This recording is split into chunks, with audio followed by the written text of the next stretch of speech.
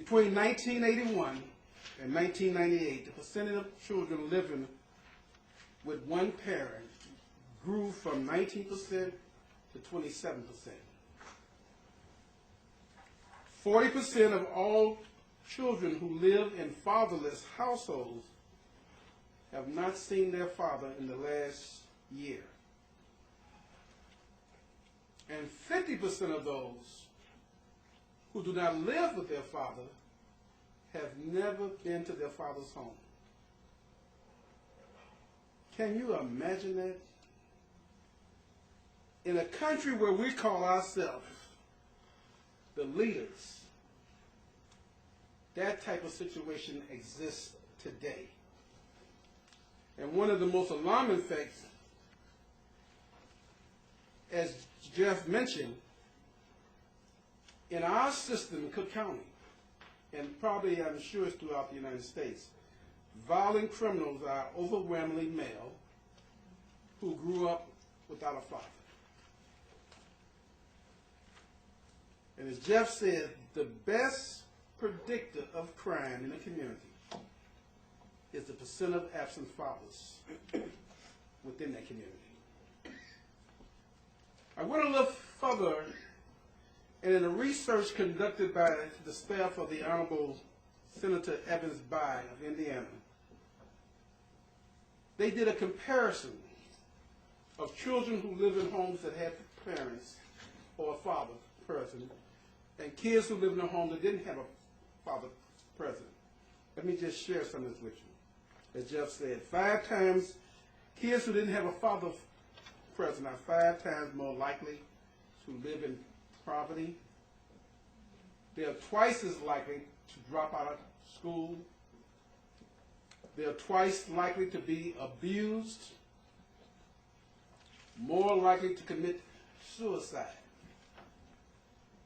more likely in terms of females to become pregnant as teenagers, and twice as likely to commit a crime.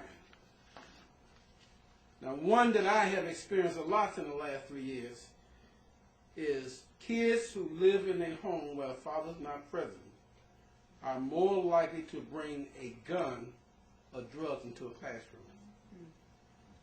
And this is something that I've seen firsthand.